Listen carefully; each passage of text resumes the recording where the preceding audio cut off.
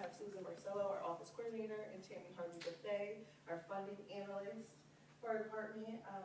This is our analysis of impediments, public hearing. It's an opportunity for you guys to inform us about some barriers to housing in the community, and to kind of learn about our process so that our consultants at Mullen and Lonergan, who are going to be leading the discussion tonight. So I'm going to turn it over to them now.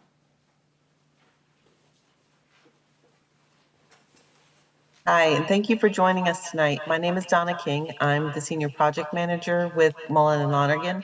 We are a consulting firm that has been hired to assist the city in developing these plans. And Srinath, please. Yes, hello, I'm Srinath Suresh. I'm a housing community development specialist at Mullen and Lonergan, and I'm responsible for drafting and doing some of the data analysis for housing and community development.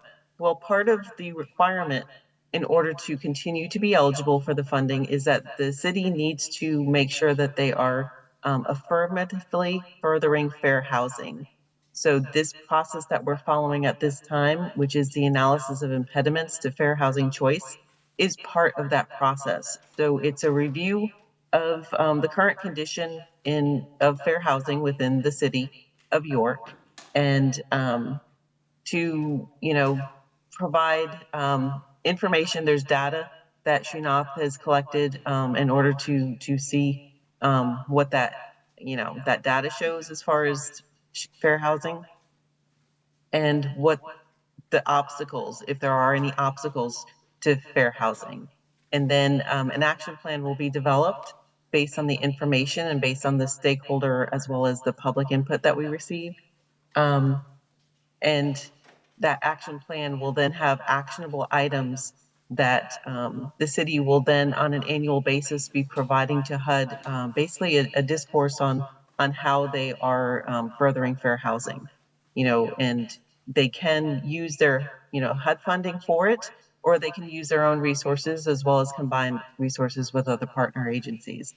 But this is just an overview of what the Fair Housing for tonight. The purpose is to go over the Fair Housing Act, provide information on that analysis of impediments, receive any public comments on the state of any status of any housing discrimination that individuals may have experienced, within the city, receive other public input on fair housing issues. We're going to provide you with the schedule as far as the timeline for us to complete this analysis, and then an opportunity for you, to raise any questions that you have. So the Fair Housing Act is, it protects people from discrimination when you're either renting or buying a home. It comes into play when you're getting a mortgage, if you're seeking any type of housing assistance, or engaging in any housing related activities. The protected classes is you're protected based on race, color, national origin, religion, sex, including gender identity and sexual orientation, familial status, and disability. So these are the protected classes where someone cannot deny housing or deny something related to housing, like a mortgage, based on any of those protected classes. And then what's in analysis of impediments? The analysis of impediments to fair housing choice identifies what those barriers are that restrict your housing choices for members of those protected classes, and provides recommendations to resolve those barriers. Okay, HUD does recommend that communities update the AI every 5 years. So this will be good until the next, consolidated planning cycle that the city will undergo for the next 5-year period. Identifies barriers that restrict housing choice for members of protected classes. It uses the demographic and housing data that we have available to determine if there are any impediments that are limiting your fair housing choice within the jurisdiction. It uses the input from the stakeholder meetings as well as public participation to identify potential impediments to fair housing, because the data is only going to show us so much. And a lot of the data is also based on estimates. Usually it's American Community Survey.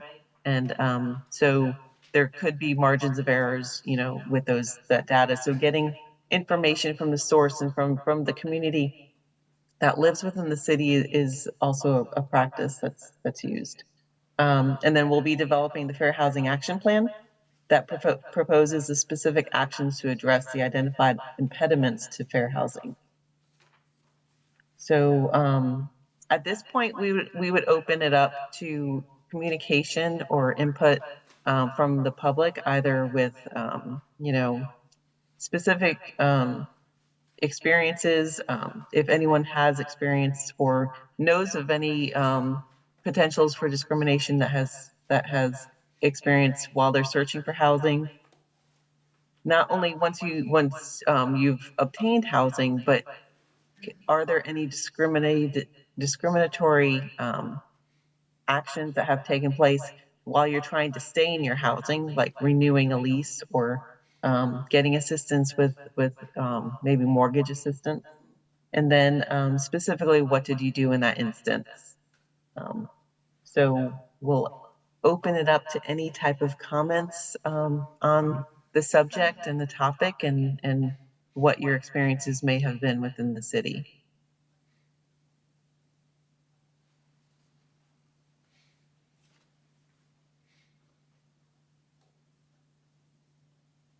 If anyone would like to share, please come to the podium.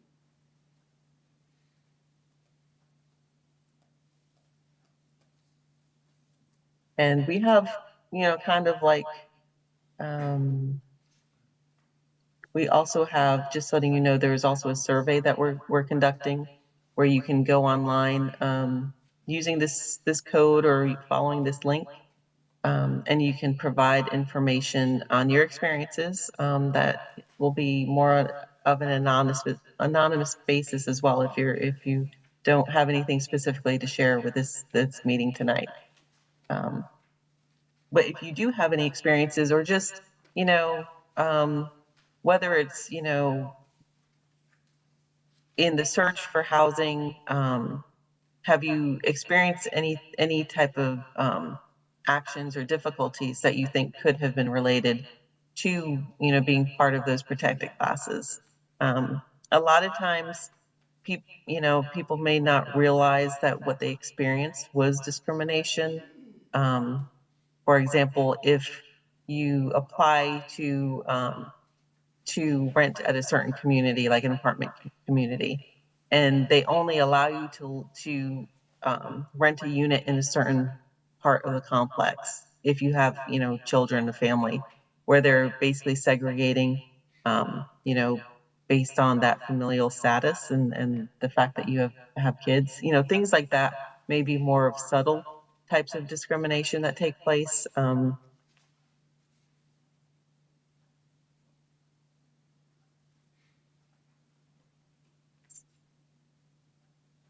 Srinath, is there anything, any other questions or more directed questions that you think?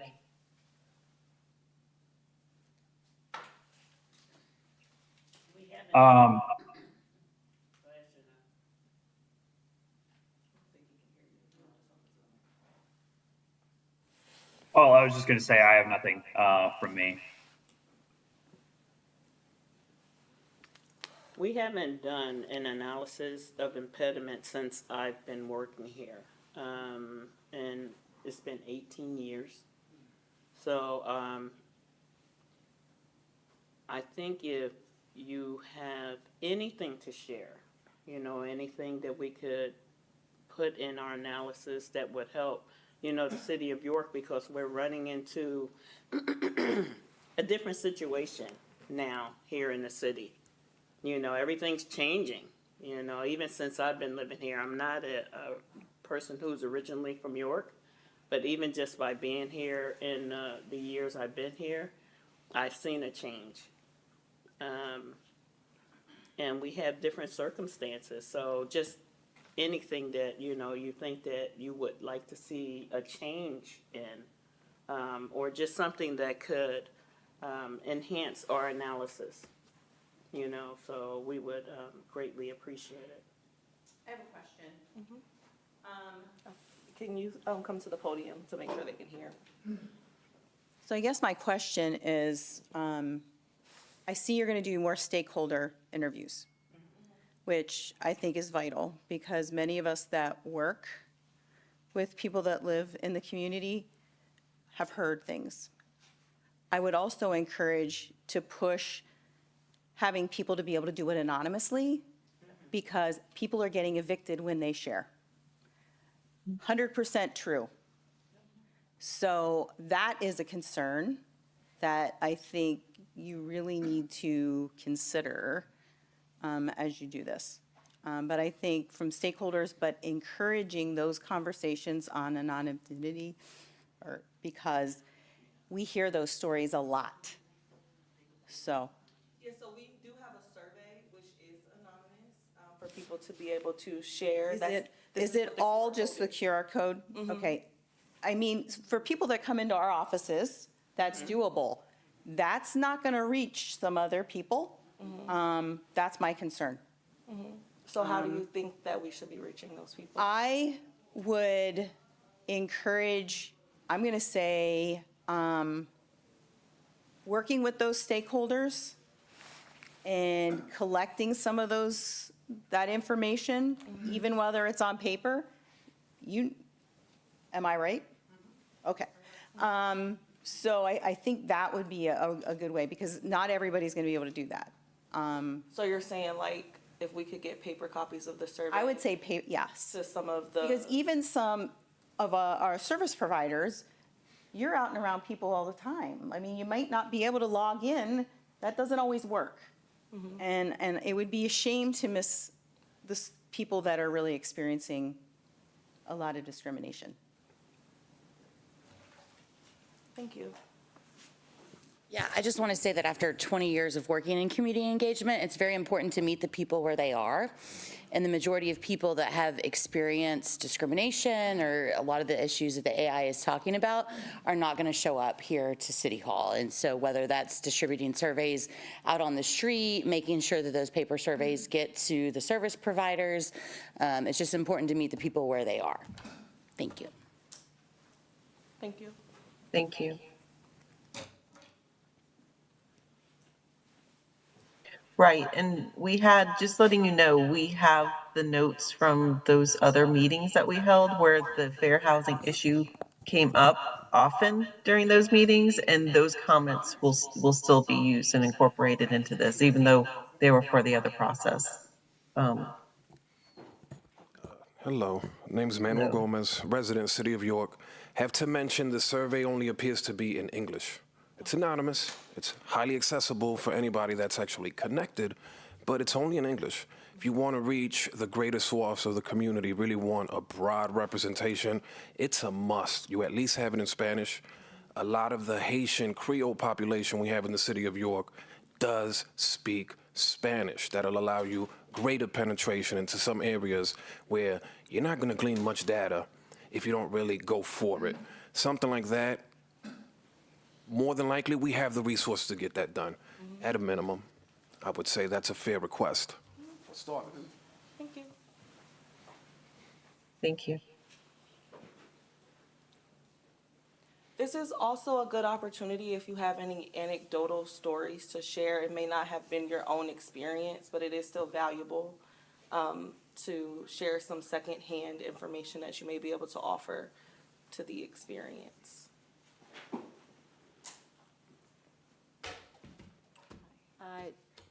I think one of the problems is that there is such a housing crunch that it's very easy for the discriminatory activities to just go under the radar. The first thing that really has to happen is we need more housing. We need more affordable housing. And were we in a situation with adequate numbers of affordable housing, you would actually be able to see the discrimination going on. Right now, it's kind of hidden by economic circumstances. Thank you.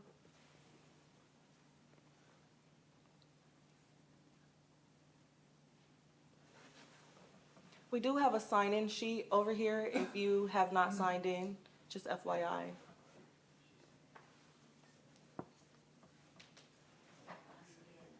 Do you have extra copies of the report? Extra printouts? I will say one thing anecdotally, and not from a consumer perspective, but as a secretary of the city's redevelopment authority, historically there had been a reputation that the redevelopment authority only dealt with certain developers or only certain people in selling properties.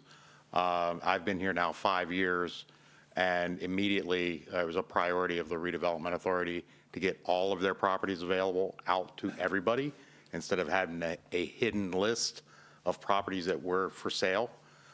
So now all of those properties are posted on the redevelopment authority's website, and there's a little bit of pride in that the majority of our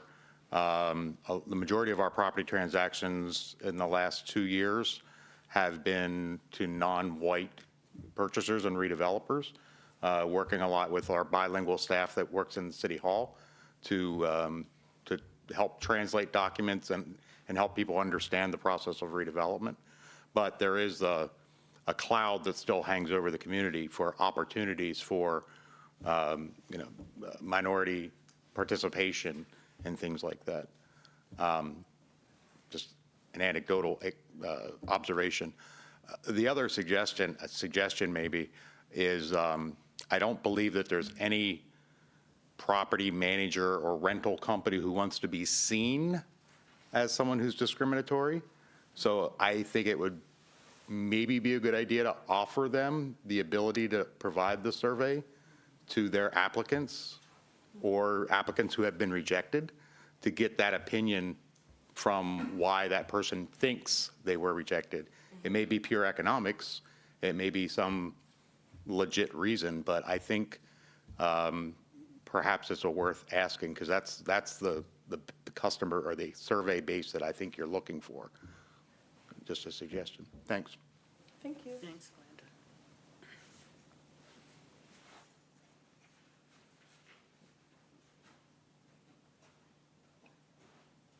Good evening. My name is Ryan Supler. You said we can share stories, and you said it could be from any time.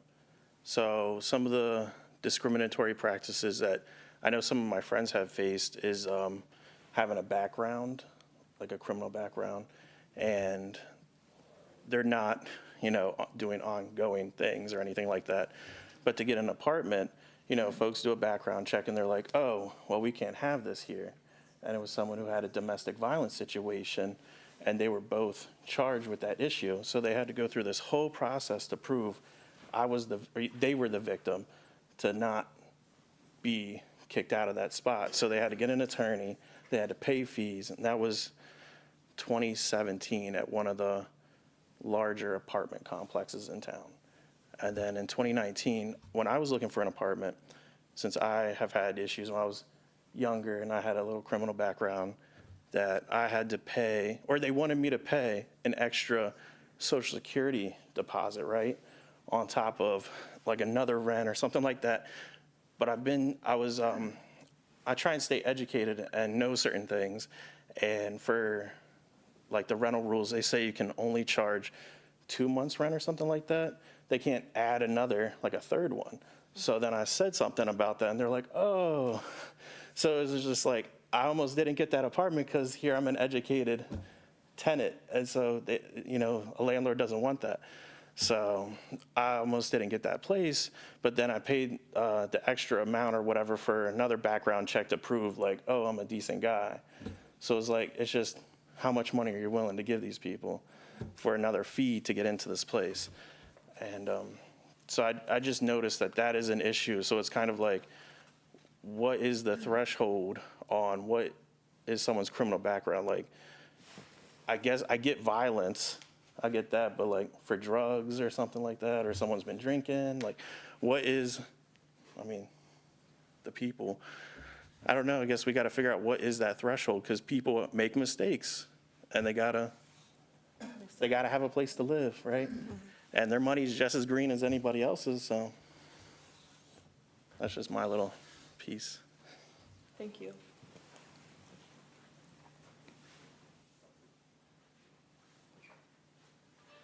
Right, in And the anecdote you provided actually is one of the examples of what would be considered a discriminatory practice, as far as requiring additional security deposit or additional month's rent beyond what you would normally charge. Because that sometimes that can be done just as a way to deter someone from moving forward with applying for the apartment or home, whatever's going to be leased. So those conditions, if you're going to set them, the landlords that set them have to basically distribute them evenly, uniformly. Hello, nice to meet everyone. New Banks. One of the things that I see in the line of work that we do, that Robin's touching on a little bit, is that discrimination to me is, we don't like to say the ugly word of slumlords, because slumlords, when you basically put out that, something's wrong in your home and you repeatedly request that it be fixed, when it doesn't be fixed and someone calls codes, then they get put out for that. And I believe we served on human relations, and in some of the rules in there, I forget which act it is, that collectively doing that is discrimination in and of itself. But we don't enforce that. I don't understand why we don't do that. That's one of the things I think that publicly needs to be said, that's never said. Thank you. Thank you.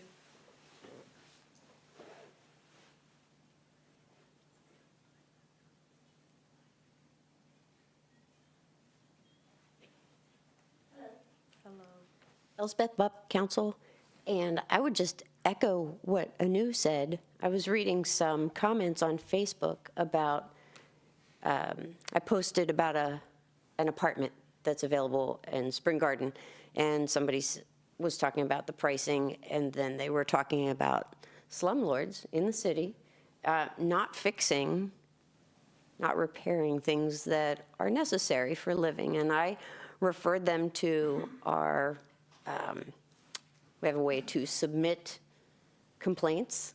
And I know people are afraid to perhaps submit a complaint and then the landlord would want to get rid of them. I had heard that last summer as well. Some people were complaining about things not being repaired and they have to ask over and over again. So I don't know how easy it is to submit the complaint if there's a way to do that anonymously. I know with OpenGov, when you have to submit a complaint, it requires you to create an account and you got to put your name and your email. And I don't know if that's a barrier for some people, that they might be afraid to be on the record that way. And so maybe there's some alternative way they can make a complaint anonymously. And if it's a nothing situation after investigated, it just is what it is, but maybe it's still worth investigating, or there's perhaps a way to ask the questions so that you can really determine if it's a legitimate issue versus somebody just trying to do retaliation on a landlord. So that. Thank you. I appreciate that, Councilwoman Bupp. But before you came in, we was talking about doing it anonymously. And I thank you guys for getting up and telling us about the, doing it in different languages. So tomorrow we will step up and put it in different languages and get it out. And with our stakeholders, we will make sure to get out to the public in different ways and make sure we have a better response. So I appreciate that. I have something else to add. I'm going to go off of what you said, and I feel like we should say it. It's not, because of the lack of stock for safe and stable housing, a lot of people are afraid to say anything. And we see that sometimes with lead and some of the other things, that if people report and then they're unhoused or something needs to be, okay, well, we need, codes comes in. And now we have people that now don't have a place to stay. There's no other place for people to stay. So what we're seeing often are some of the homes that people are not supposed to be in. They have little X's on. And all of a sudden you find out there might have been 4 families in there that they were paying somebody rent. And then all of a sudden, it's like, oh, well, you're not supposed to be here. And so people are even trying to be quiet about that. So I think as we look at this, the discrimination that goes on, but again, the stock, so it almost needs to be, yes, you're looking at this, but who's looking at the other part, I think is also just, again, something to consider.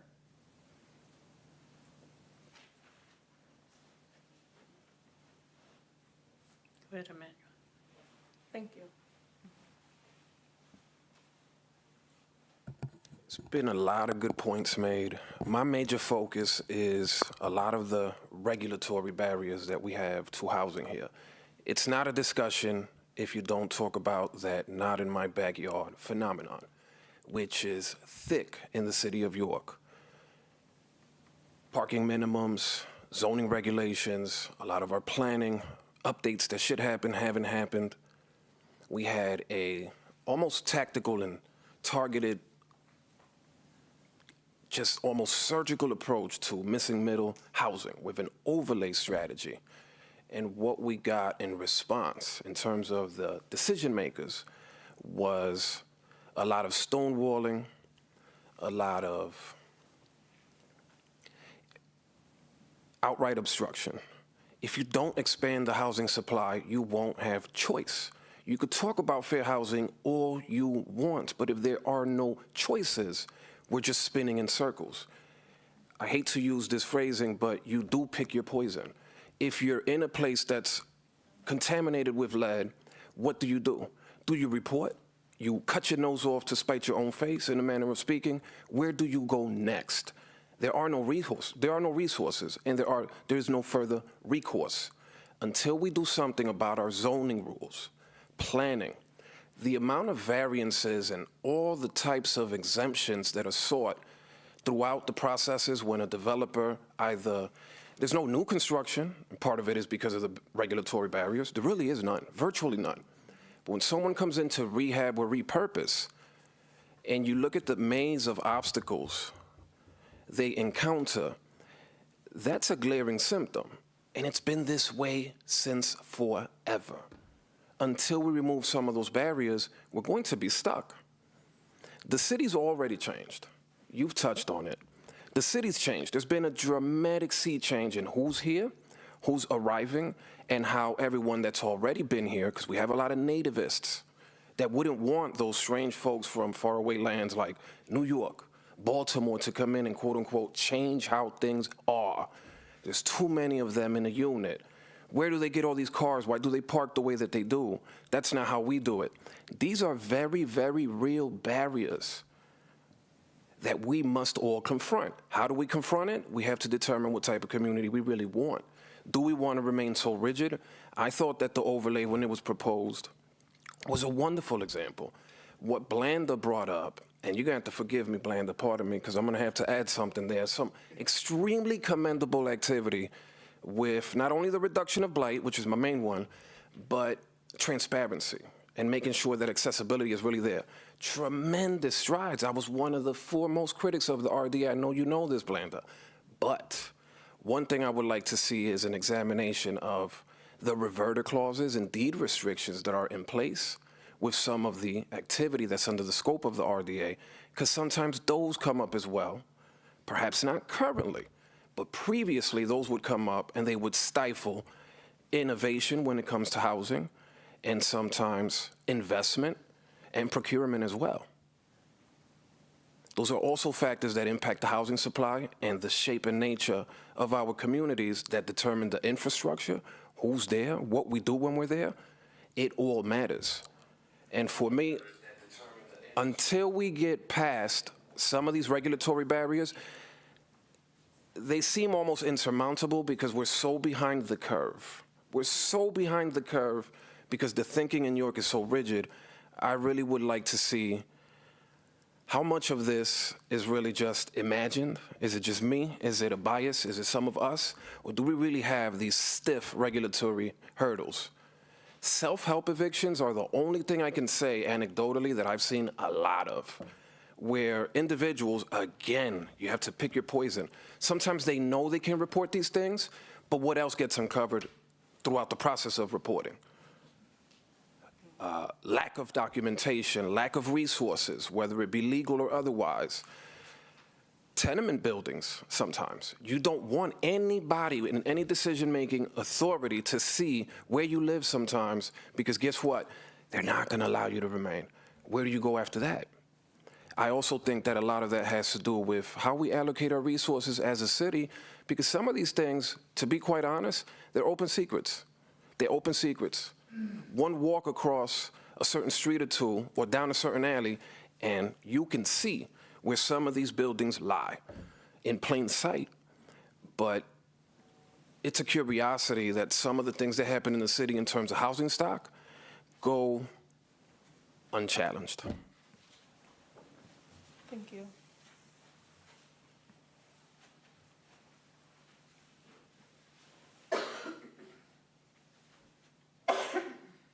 I walk a lot.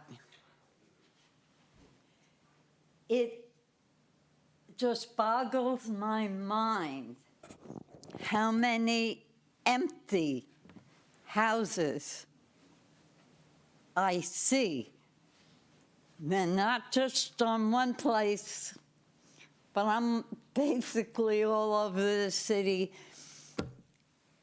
And I know of at least one house, probably two, right here on Reineke Place, that have been empty for years and years and years. And I think what he was saying about the behind times of regulatory stuff is why there are so many empty houses. And if we filled every one, I'm not saying we would solve the affordable housing crisis, but we would make a huge dent in it. So your treasurer knows where most of the vacant houses are. Find out from him and see what you can do about it, because empty houses are a blight, period, end of story. Thank you.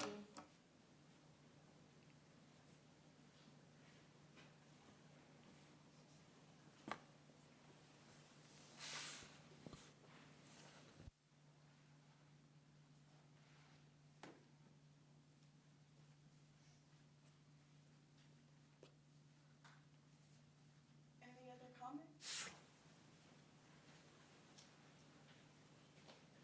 Hi, Councilwoman Bupp, apologies for being late. Is there a previous AI available on the web that we can read from?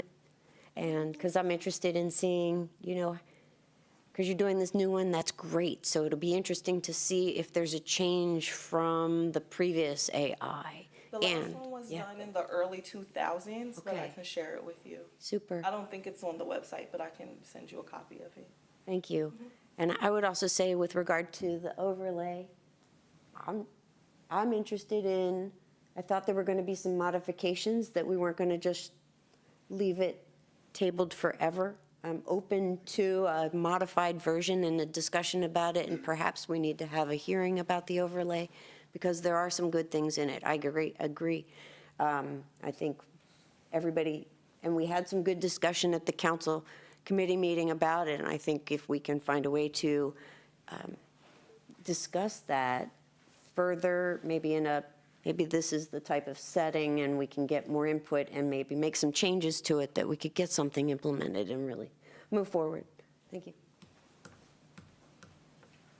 Thank you. I might as well speak to it since it's been brought up twice now. The residential redevelopment overlay, for those who aren't familiar, would allow a construction to occur in a vacant parcel or a blighted parcel that would relax some of the zoning codes or parking requirements to encourage residential redevelopment and encourage a better density, better design. And I appreciate your discussion of it being very focused, because we spent a lot of time developing it on best practices nationwide, forward thinking to encourage development.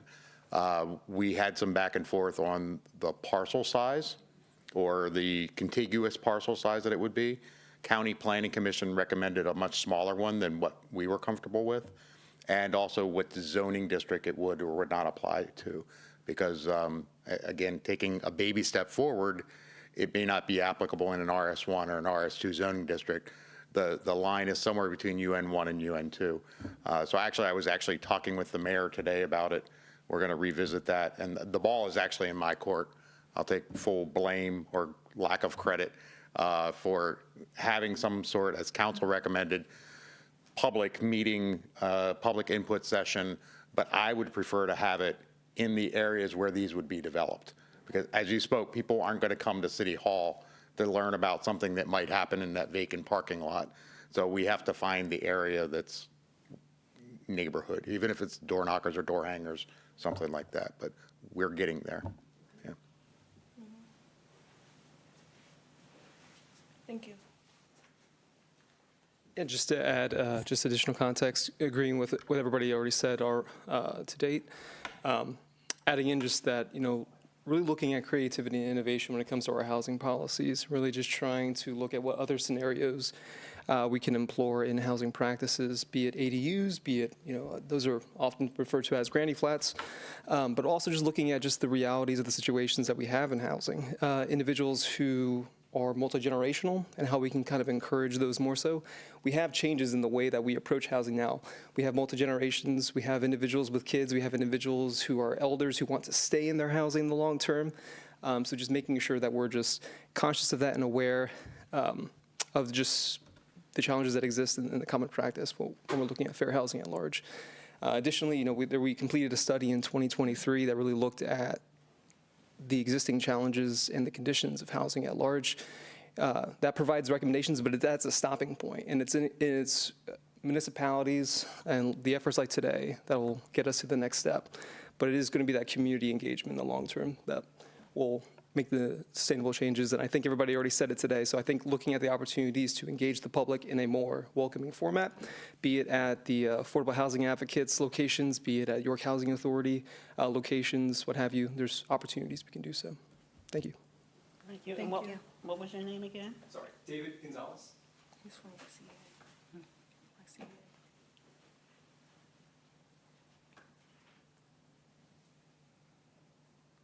Any additional comments?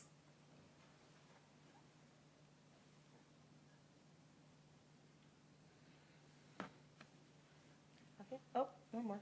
Just a question. Are you getting the kind of feedback that you were looking for? Yeah, somewhat. I think many of you touched on the missing voices in the room, and that being people who are directly impacted by some of the issues here. I think many of us are working in these spaces, which is what lends us to having, the information that has been shared. But I think we need to hear more from the community that's been directly impacted by the housing challenges in our community. So please, when you leave here, we will definitely continue our efforts to get the survey and the information out to people, but please share the survey with your networks. If you're a service provider, please make sure that you're directing people to the survey, and once we get more paper formats out there, please give them to people as you come in contact.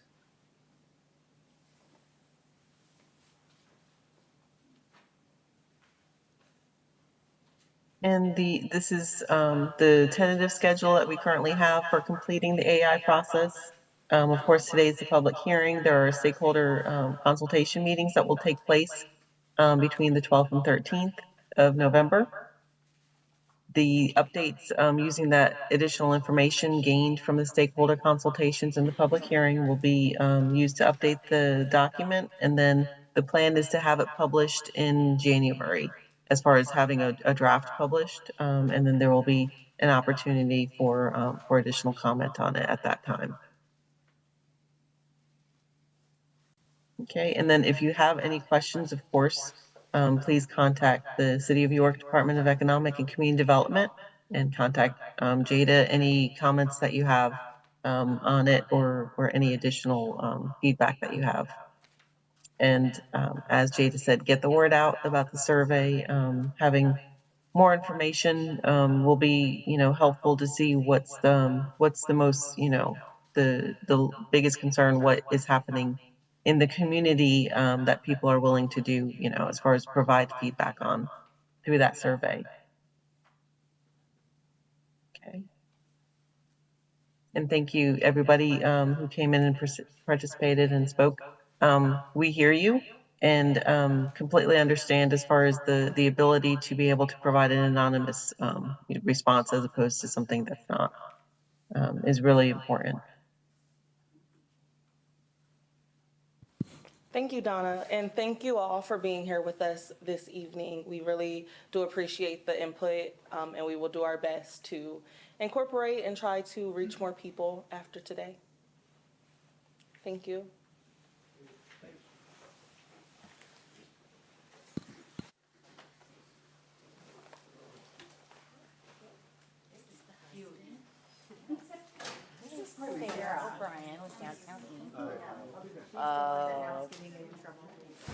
Thank you, Donna and Srinath. Thank you so much. I will Thank talk you. to you guys tomorrow. Okay, thank you. Have a good night. Great night.